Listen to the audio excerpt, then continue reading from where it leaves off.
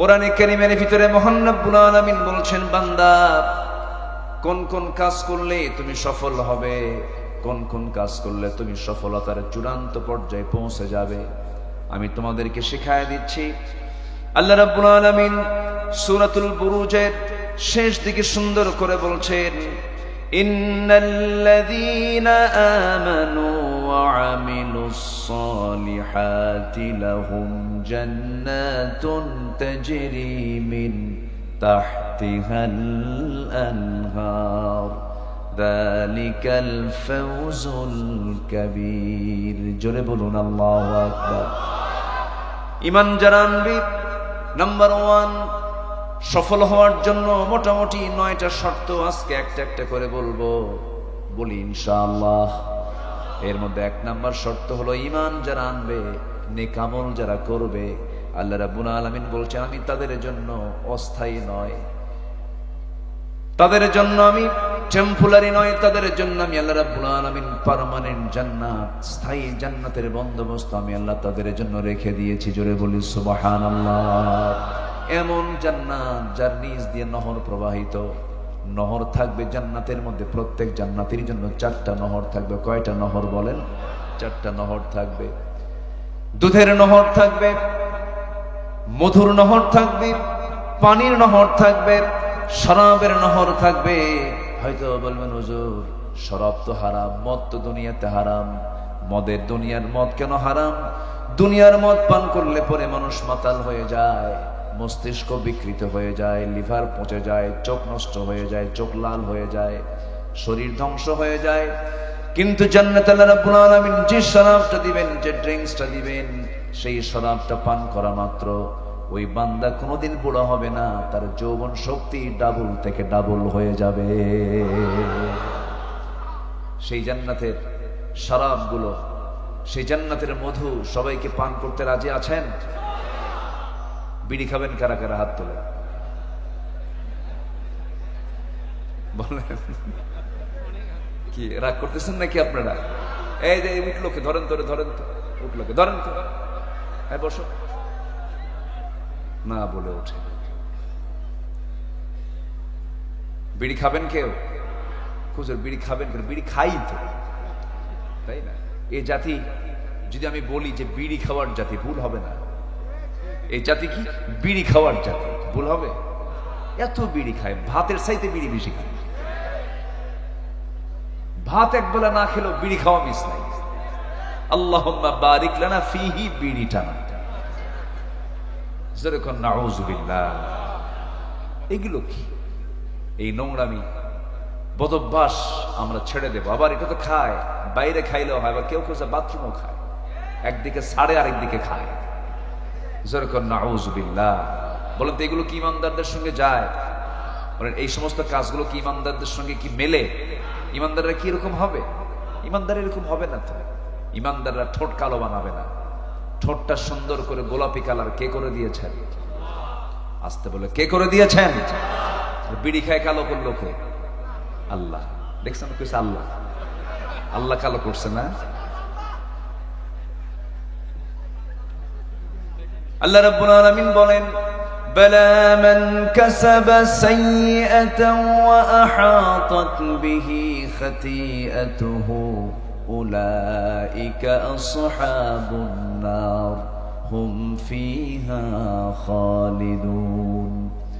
বান্দা তুমি পাপ করবে, পাপ তোমাকে ঘেরাও করে ফেলবে, বিড়ি খাবে ঠোঁট কালো হবে, মদ পান করবে চোখটা লাল হবে, চোখটা বের হয়ে আসবে, লিভার নষ্ট হয়ে যাবে।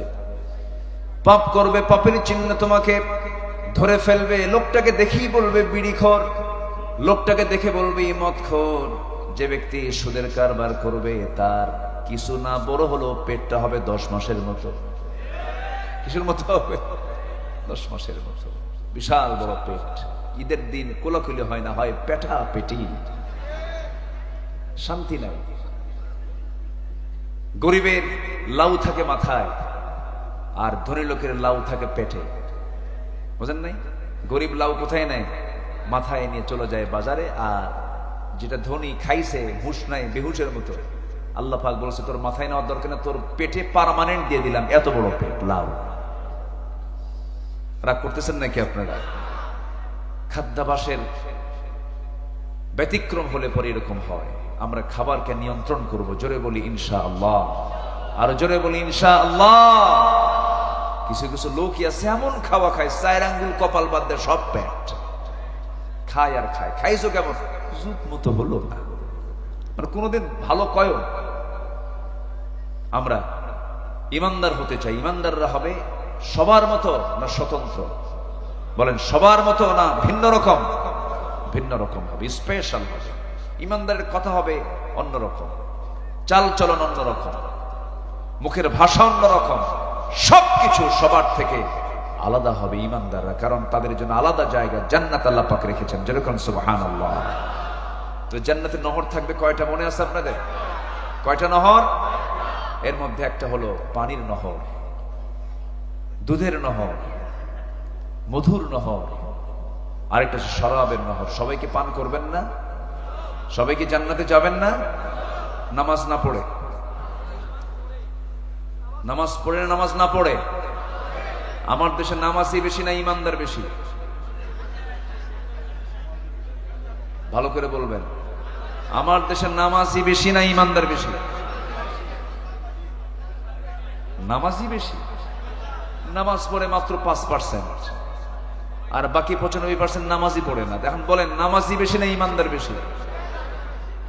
দেখছেন দারুণ প্যাঁচ লাগাই দিছে। কিন্তু অনেকে বলেন না হুজুর নামাজ না পড়ি ইমান আছে।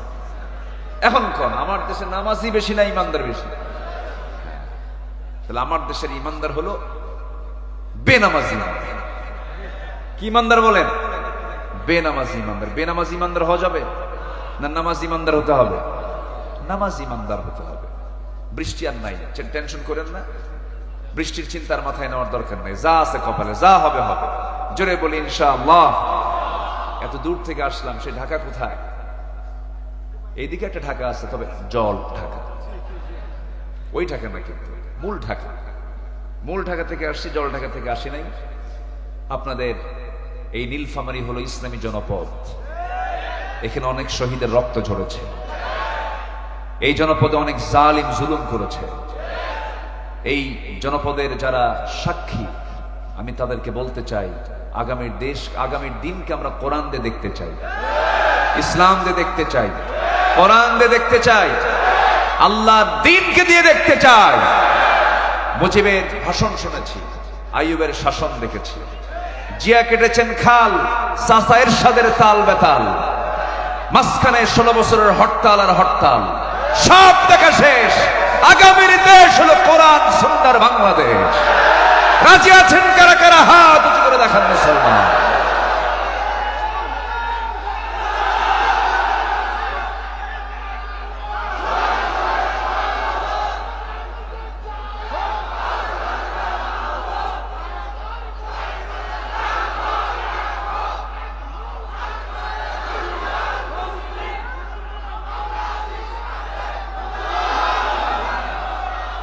আল্লাহ কবুল করুন, জোরে বলে আমিন। হাত নামান, আমার দিকে তাকান। সফল হওয়ার জন্য 9টা শর্ত। কয়টা শর্ত বলেন? এর মধ্যে 1 নম্বর হলো বেঈমান না ঈমান?